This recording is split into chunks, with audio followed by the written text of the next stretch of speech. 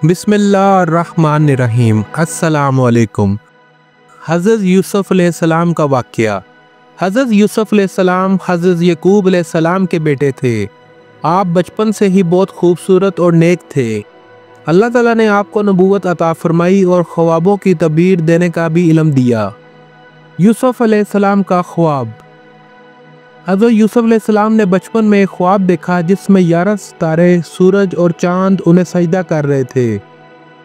उन्होंने ये ख्वाब अपने वालिद हज़रत यकूब अलैहिस्सलाम को सुनाया।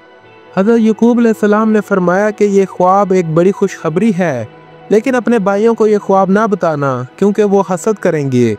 भाइयों का हसद और खूमे में डालना। हज़रत यूसुफ़ अलैहिस्सलाम के सौतेले भाई उनसे हसद करते थे। उन्होंने एक दिन मिलकर मंसूबा बनाया और हज़रत यूसुफ़ अलैहिस्सलाम को एक गहरे कुएं में डाल दिया। फिर जाकर वालिद से झूठ बोल दिया कि यूसुफ़ को बेरिया खा गया है। मिस्र ले जाना और गुलामी। एक काफिला वहां से गुजरा और हज़रत यूसुफ़ अलैहिस्सलाम को कुएं से निकाल कर मिस्र ले गए। वहां उन्होंने यूसुफ़ अलैहिस्सलाम को बेच दिया। अज़ीज़े मिस्र ने उन्हें खरीदा और अपने घर में रखा। वक्त के साथ यूसुफ़ अलैहिस्सलाम की खूबसूरती और पाकदामनी मशहूर हो गई। जुलेखा का फितना। अज़ीज़े मिस्र की बीवी जुलेखा ने यूसुफ़ अलैहिस्सलाम को बेखाने की कोशिश की, लेकिन यूसुफ़ अलैहिस्सलाम ने इनकार किया। इस इल्ज़ाम में उन्हें कैद कर दिया गया।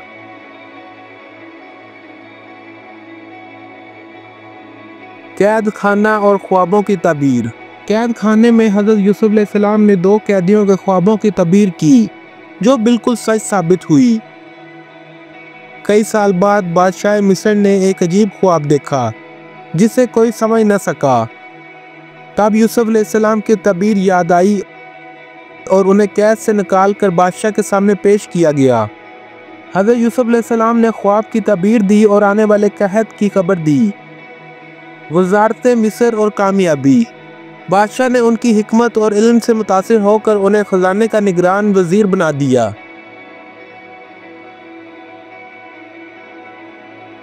यूसुफ़ अलैहिस्सलाम ने कहत के दौरान गल्ला तकसीम किया। इसी दौरान उनके भाई गल्ला लेने मिस्र आए। यूसुफ़ अलैहिस्सलाम ने खुद को जाहिर नहीं किया और उन्हें आजमाया। यूसुफ़ अलैहिस्सलाम का भाइयों से मिलना।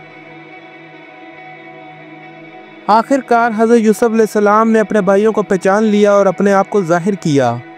भाइयों ने शर्मिंदगी का इजहार किया और माफ़ी मांगी। यूसुफ़ अलैहिस्सलाम ने उन्हें माफ़ कर दिया। ख्वाब की तबीर पूरी हुई।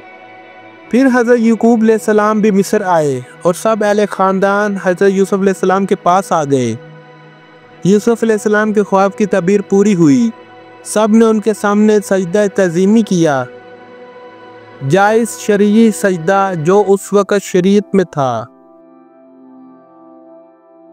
उम्मीद करता हूँ आपको मेरी वीडियो पसंद आई होगी। Thank you for watching. Like, subscribe and share my channel या अल कायम टीवी।